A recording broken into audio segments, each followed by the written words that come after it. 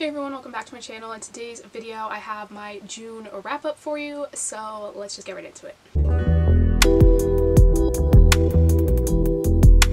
So I actually don't really know what happened with this month. I probably should have done a mid-month wrap up because I read way more books than I thought I had. I read 16 books this month, and like I said, I don't really know how that happened. I think I went through a lot of audiobooks towards the end of the month. That might have been why. But this month was kind of a weird reading month for me. I've been in a weird mood the last probably month or so. I also went on vacation for the last week of June and like the beginning of July, so I did a little bit of reading but not a ton, so there's kind of a gap there. I did a bunch of rereads this month, which I don't normally do. I'm not big on going back to read like the entire whole book that I've already read, so that was a little bit different, but let's just get into the books. So firstly, I read Something Wilder by Christina Lauren, and this book I didn't know a ton about going in. I knew that the girl's dad was kind of like a treasure hunter or something, like that was along the lines of what I knew, and that she was running this like sort of tourist trap kind of treasure hunting tour, and that was pretty much all I knew going into this, and I actually was surprised how much I liked this one, but not for the romance aspect. I will say this is a sort of second chance romance between a guy and a girl, and the guy sort of packed up and left a couple years. I think it's a lot of years. I think it's like 11 years prior. He kind of broke up with her and just like left, and she was left in this like desert, I guess, where she lived. And he left, went on with his life, and never really kind of came back. And in that time, she has kind of had a lot of, life changes. She has started running this tour, which he's sort of surprised by because he's like, I thought you hated that stuff. And the story basically is about him accidentally coming back to this town where it's like a different town than where they originally met, so he's not expecting to run into her, but him and his guy friends sort of plan this like guys trip every year where one of them plans the whole thing and decides where they're going, and like they don't tell each other where they're going until they're literally on the plane going there. So he doesn't know where he's going or what he's doing, and they go out to where this girl is and end up on her tour, and he's kind of like, whoa, I wasn't expecting to see you again, and she's kind of, feeling the same way. But I found that, like, for me, the main draw to this book was sort of the treasure hunting, like, mystery aspect that was going on as well. Like, I found that that was a more predominant plot point in this book than the romance between the two of them, which I didn't mind. I thought it was pretty good. I gave this 4 stars. Not my favorite Christina Lauren. I think that will always be Beyond Honeymooners. But it was a good book. It was definitely something a little bit different if you're kind of like in the mood for something that's a little maybe outside of the box of romance, but not entirely outside of the box. I feel like this would be a good option for that. Next was my rereads, which the first one was While It Lasts by Abby Glines. This is, I think, number 3 or 4 maybe in the Seabreeze series, and this whole Seabreeze series kind of follows like all of these college age kids in this town. None of them are really in college. Like, there's an occasional mention here or there of one of them being in school, but it's not like a college campus romance. It more takes place in the summer and when they're all like hanging out at this bar that everybody hangs out at in this town. And this one follows Cage York, who is part of that friend group, and he gets in trouble. He gets a DUI, and his coach tells him, like, if you want to stay on the baseball team at school, you need to spend the summer working at my brother's farm, basically, to like make up for it. So this guy gets sent out to this farm, and he's like, great, I'm going to spend the whole summer in the middle of nowhere, like on this farm by myself, whatever, but I need this baseball scholarship, so like I'll do it. And he gets out there, and the farmer has a daughter who's about his age, but she's kind of got this like, I don't think it says on the back of the book, so I don't want to say, but she's got like some relationship baggage, I guess you could say, that kind of prevents them from being together at first. And I just really was in the mood for something on a farm. I don't know what it was that I was just like, suddenly I needed a book that took place on a farm, and I knew I'd read this one and had enjoyed it, so I listened to the audiobook again. I don't know how many stars I would rate this. I really love these books because they're so quick and easy to read, and they're just like really fun books. They're not like, super hard hitting. Like, I mean, this one does have like a little bit of an emotional sort of spin. Like, Cage and Ava's story has like a bit of an emotional component to it, but it's not like you're sitting there like being depressed the whole time you're reading it, so that's why I like these books. And especially in the summer, I love like quick, easy reads like that.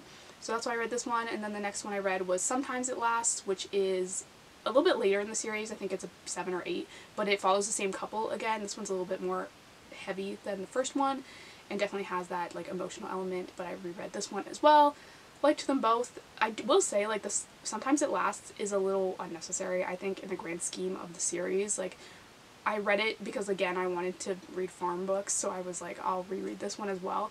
But I think in the course of the series, that's probably my least favorite book because I just feel like it was unnecessary. I hate when series kind of double back to couples that they've already done. Like, every book in this series is a different couple except for this one where they go back to the same couple, and I always find I don't like those books.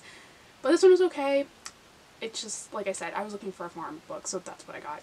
Then, after I read those ones, Preston appears a lot in those books, and I was like, okay, now I want to reread Preston's book, which is Just From Now, and this is the 4th book, I'm pretty sure, in the series. This one is brother's best friend. He's sort of like the playboy of the town. He's kind of been with everybody, and no one wants this girl to get with him, because, again, brother's best friend, so her brother is like, no, like, you need to stay away from that guy. Like, even the guy himself, like, Preston is telling her to stay away from him.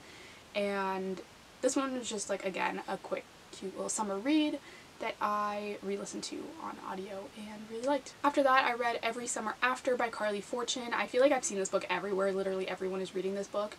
And I listened to the audiobook of this one, and I did enjoy the book.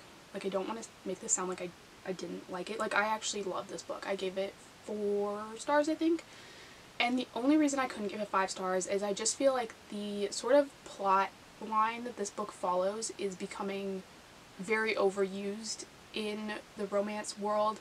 This book is very, very similar to People We Meet on Vacation by Emily Henry and Love in Other Words by Christina Lauren, where the book is written alternating chapters between this couple and the past, where they were like best friends and, you know, spent every summer together, and you're alternating chapters between present and like summer 11 years ago and present summer 10 years ago, present summer 9 years ago kind of thing. And I just found that, like, that's just getting to the point where I'm like, I've read that already, like, I've been there, done that kind of thing. And I just found that this one was really repetitive of that. I did appreciate that this one was set in Canada. I thought that was really cool because I find a lot of times authors don't write about Canadian cottage country, which I find so odd because I think, especially for Canadian authors, it's such an easy thing to write. Well, not like easy to write, but like it's very easy to set a story there, I guess. And people just don't do it. And so I thought it was kind of cool that this one actually like talks about Toronto and like the different things in the area, which I thought was interesting. Like I said, I gave this one 4 stars, but I feel like it was so similar to People We Meet on Vacation, or even Love in Other Words, like I said, because this one is more like childhood friends to relationship to fallout kind of thing. Like, it follows the exact same pattern as those 2 books, and I'm just like kind of tired of that at this point. Like, I wish we could, you know, mix things up a little bit and have different books instead of just getting different versions of the same book.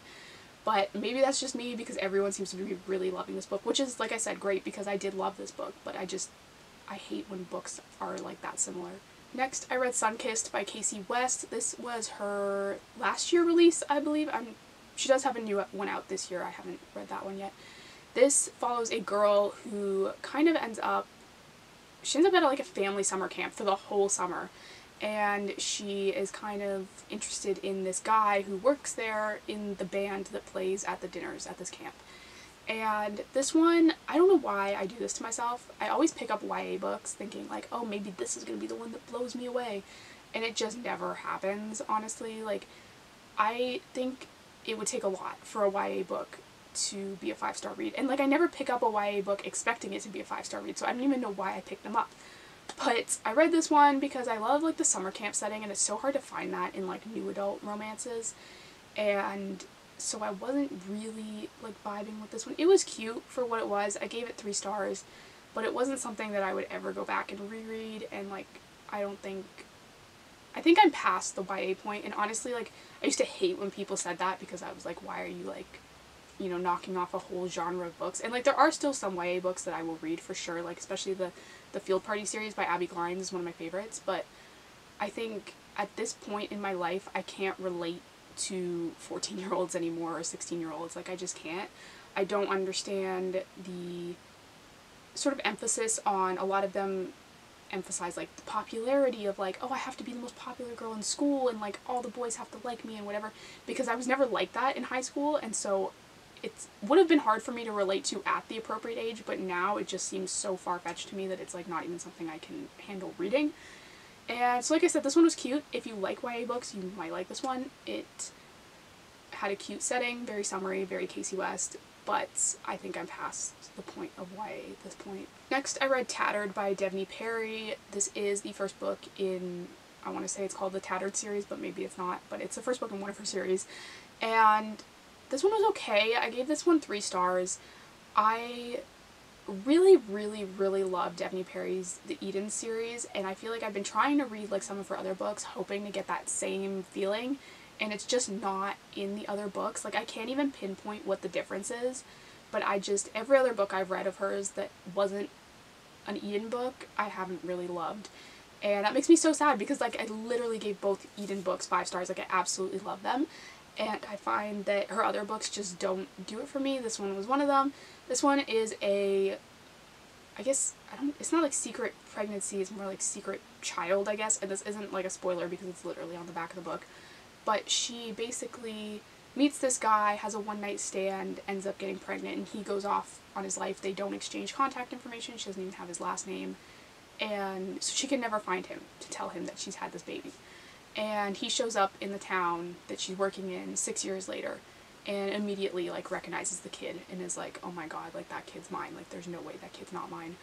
And I don't know, I just found that this one was very simple, I guess, in the way that like I've read books like this before. It wasn't anything unique, and I just, like I said, didn't get those like Eden vibes that I really love, and so it wasn't my favorite. It wasn't, I don't think I'm gonna continue with the series, to be honest. I've just like, I don't know, I think maybe the Edens is just the series for me and none of the rest of them are gonna live up to that. If you have a Devney Perry recommendation, please give it to me, like that you think is as good as the Edens, because I am trying so hard and just can't seem to find one. Next was Bound by Honor by Cora Riley. This is a series that I've seen floating around since I first like got into romance booktube like 2 years ago, and have never like picked up. I don't really know why. It's always been on my radar, but it's just not one that I've ever gravitated towards until now, obviously. This is a mafia romance series. This is the first book, and this one is an arranged marriage book, which I honestly love, like forced arranged marriages where they actually hate each other, and those are like my favorite books of all time. So this one I really did like. I gave this one, I think, 4 stars. So Arya is promised to Luca when she's like 15, and they sort of just say like, yeah, okay, you'll get married when you're 18, and so she's kind of just sitting around for 3 years like knowing she's gonna marry this guy, but they're not like hanging out or anything. Like she doesn't even see him for the 3 years really, and then they get married and she's kind of like, oh my god, this dude is gonna be terrible to me, like I don't want to live with him and all these things, but he sort of ends up not being what she thinks he's gonna be. And I really liked this one. Like I said, I gave it 4 stars, and I just thought it was a really good mafia book. Wasn't like probably one of my all-time favorite mafia books, but definitely like one of the better ones for sure. Next, I read Bound by Duty by Cora Riley, which is the second book in the same series. This one follows a girl who is widowed, and she ends up being arranged married to a guy who's also widowed, and she sort of, her first marriage like wasn't really like a real marriage, I guess you could say, and I don't want to like spoil it, but like she's never really been married, I guess, in the sense. And so she marries this guy and she's like so excited to actually have like a real husband. Like she's like, oh my gosh, I'm gonna get, you know, all the things that I didn't get with this other guy, I'm gonna finally have all of that, and I can be like a wife and do all this and that and whatever. And she's like super excited about it, and she marries this guy and he just like completely ignores her. And she's like, what the heck is up with this? Like, I thought I was finally gonna get a husband, and now I'm like kind of back to square one where like this guy is ignoring me, doesn't want anything to do with me, and like we're married. And she thinks it's her. She's like, oh my gosh, I must be like the ugliest person on the planet, like no guy wants to be with me, like blah blah blah. And she's like so worried about it, and there's obviously a lot of stuff that goes down in this book, but I did really like this one as well. I think I gave this one 4 stars as well. I thought it was really cool how this one sort of deals with something that I've never seen discussed in a mafia romance, and I'm not sure I necessarily like how it was handled in the end, but I did like the book as a whole from a romance perspective, so that's where the 4 stars comes from. Next one was Bound by Hatred, also 3rd book in the series, and this one I actually think was probably my favorite. I thought this one was a little bit different. The girl in this one is like totally against like the mafia world. She doesn't want anything to do with it, and she's kind of always known as like the one that talks back or like makes snarky comments and whatever, and she tells this guy basically that she would never like marry in an arranged marriage, like she wants to marry for love, and she tells him like right to his face like, I would never marry you, and he makes it like his personal mission to get their marriage arranged so that he does marry her after she makes that comment. And when she finds out she's about to turn 18 and she's getting close to when she's gonna have to marry him, she runs away. And this book is him basically like hunting her down, like he's gonna find her, and her just like out there, you know, on the run and whatever. And I just thought this one was so different and interesting because like a lot of, obviously these books have arranged marriages in them, and a lot of them are like not happy about it, but no one ever really does anything about it. So I thought this was interesting that in this one the girl actually does, you know, like attempt to flee, and I just thought this one was really different and interesting. But I will say after this I felt like the book started to go downhill a little bit. So next was Bound by Temptation, which is obviously the next book in the series. This one, like I said, I felt like they kind of went downhill after the 3rd one.